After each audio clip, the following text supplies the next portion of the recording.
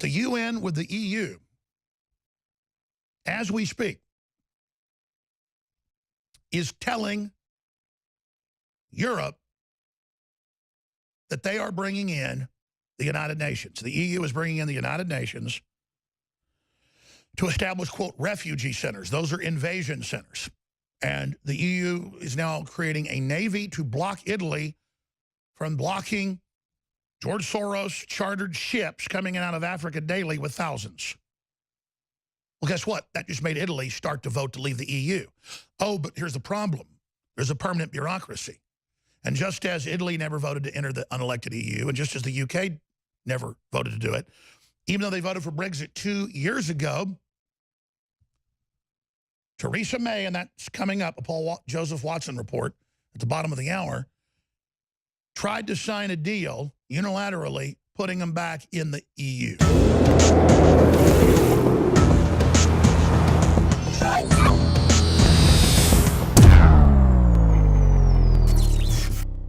George Herbert Walker Bush in 1992 signed us on to that thing. Put our schools, our immigration program, our land use, everything under the UN. And people would say, oh, the crazy conspiracy theorists, they say we're under the UN.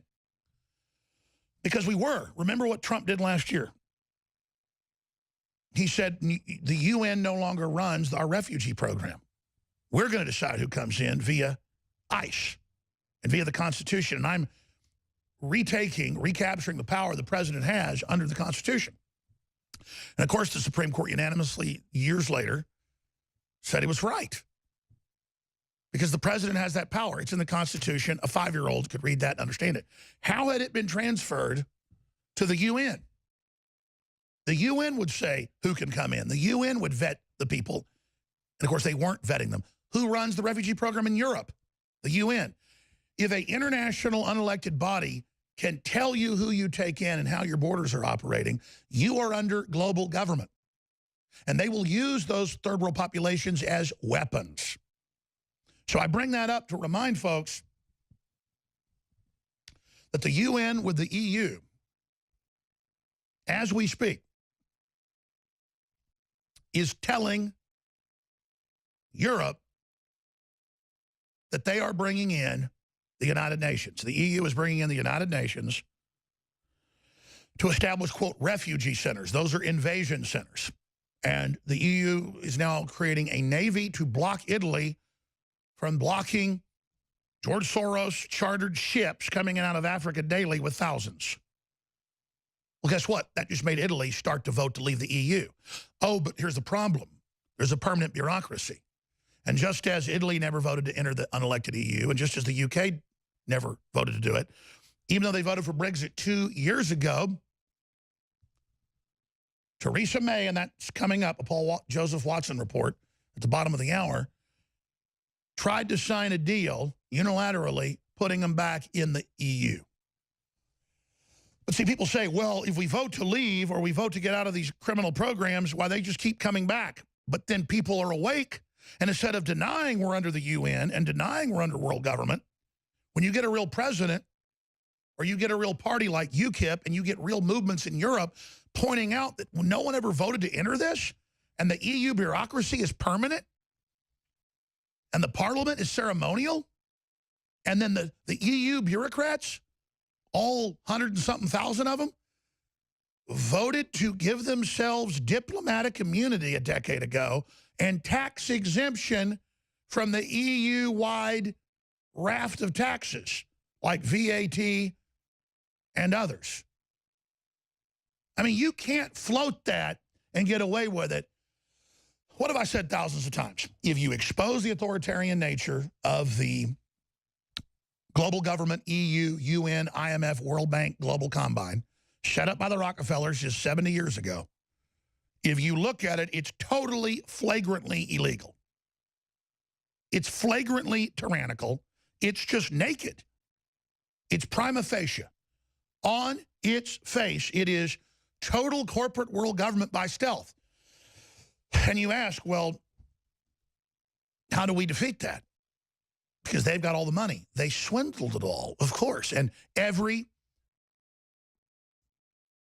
tech owner, like Bezos and all of them, Cook, all of them, worth hundreds of billions apiece, control trillions, are the most ruthless monsters with slave factories and forced abortions and the daycare at Foxconn in China. People chain their kids up and they crap on the street.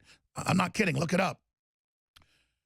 No environmental standards, no nothing. And then they put more standards on us than anybody else so that we can't operate. And Trump's like, we're not doing this anymore. And here's the other breaking news. The Hill is reporting lawmakers target Chinese security companies over spy fears. Congress is now investigating the fact that most major Chinese companies are run by members of Chinese intelligence, that our major universities have openly been taken over by them, that they've done the Office of Personnel Management hack, that Obama gave them all the codes. The realization that we've been totally infiltrated by the Red Chinese military and that they brag about it and that they have put bases all over the world under the guise of factories and mines, and that they are intending to cut the U.S. off economically and militarily, and that our own so-called elites 100% took China from when they didn't have running water in 99% of the country, and people wiped their rear ends with their hands, and let Mao kill 80-something million people to get them in line, take them in, line them up as slaves, and then total Western investment to leverage out the planet. China was wood-burning stoves and no toilet paper 60 years ago. Now it's got more roads, more industry than the United States has. We have been totally rooked, screwed over, absolutely, militarily, through economics, destroyed. Look at the headline right here. It's on drudgereport.com. It's also up on Infowars.com. And it deals with new record trade deficit with China. Trump is just trying to put a tourniquet on our leg that's been chopped off at the knee. For 50 years, the blood's been spraying out, and finally it was just kind of barely coming out. Really almost no need for a tourniquet, except we're doing blood transfusions right now. That's what Trump's doing. He's got the country off life support, blood transfusions, trying to get us to eat our first meal, trying to get some color back in our skin, and trying to get us up and positive and realizing we're in a fight. Because they use our open, free society, traitors in our own government, multinational banks, to bring the United States down at the end of World War II. They said the U.S. dominates the planet. It's got half the wealth. It's got everything. It's promoting freedom worldwide. We can't have that. Let's promote a form of corporate communism, and let's prop China up in a big master plan to do it. And so all of you Antifa people already are Maoist. Go to their meetings. They know it. All you Democrats, though, that hate Trump and hate America and hate Infowars.com and hate Newswars.com, you're just complete fools. All we're trying to do is go back to what works and what's successful and what's honorable. We're going to have the latest on the new Supreme Court nominee, Brett Kavanaugh, Trump's pardon, so much more coming up. The left panicking and freaking out and rioting and attacking people all over the place, foaming at the mouth viciously, just saying they're going to surround the Capitol and stop Kavanaugh being approved. I mean, it's an amazing time. But America is fighting back for its life and starting to win, praise God. We have before us the opportunity to forge for ourselves and for future generations a new world order, a world where the rule of law, not the law of the jungle, governs the conduct of nations. When we are successful, and we will be, we have a real chance at this new world order, an order in which a credible United Nations can use its peacekeeping role to fulfill the promise and vision of the UN's founders. It is a big idea, a new world order, a world in which there is the very real prospect of a new world order. After 1989, President Bush said, and it's a phrase that I often use myself, that we needed a new world order. There is a chance for the President of the United States to use this disaster to carry out what his father, a phrase his father used, I think, only once, and hasn't been used since, and that is a new world order. So that the problem of the Bush presidency will be the emergence of a new international order. Within the next 4 years, we will see the emergence of a new international order. The beginning of a new international order. The pieces are in flux. Soon they will settle again. Before they do, let us reorder this world around us.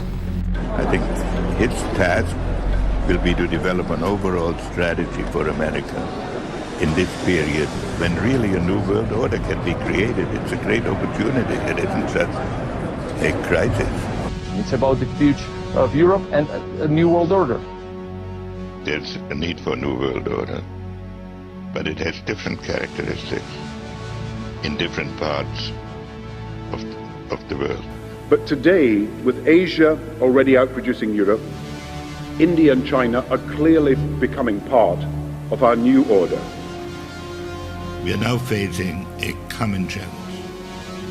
And the challenge is how to build a world order for the first time in history on a global basis. So, in conclusion, ladies and gentlemen, a new world is emerging. It is a new world order with significantly different and radically new challenges. The affirmative task we have now is to actually create a new world order. Good evening, everybody. President Obama and British Prime Minister Gordon today calling for a new world order to tackle our global economic crisis. And the president outlined his vision of a new world order in which the U.S. would participate fully. We've got to give them a stake in creating the kind of world order that I think all of us would like to see. So I see a world order in the future with a multipolar world order. I think a new world order is emerging, and with it the foundations of a new and progressive era of international cooperation. But in a globalized economy, we are going to have to take global responsibilities, and there is going to have to be some semblance of global governance. Never before has a new world order had to be assembled from so many different perceptions or on so global a scale. Nor has any previous order had to combine the attributes of the historic balance of power system with global democratic opinion and the exploding technology of the contemporary period. And I strongly believe India will be a central actor in the new world order. There also exists an extraordinary opportunity to form for the first time in history a truly global society. 2009 is also the first year of global governance with the establishment of the G20 in the middle of the financial crisis. The climate conference in Copenhagen is another step towards the global management of our planet. New World Order is the headline in the Globe and Mail in Canada. Is this global governance at last? Is it one world, the central bankers in charge? But aren't we all just living and dying for what the central banks do? Of course we are. We are absolutely slaves to central banks.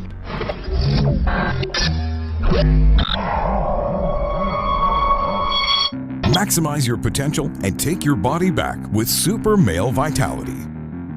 We're breaking the conditioning and fighting back against the globalists' war on male vitality.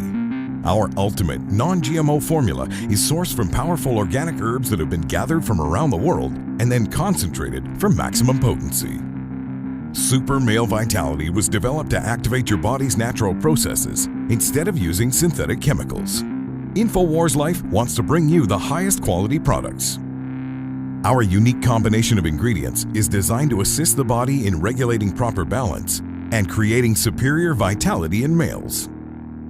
Support your body and mind and take yourself to the next level.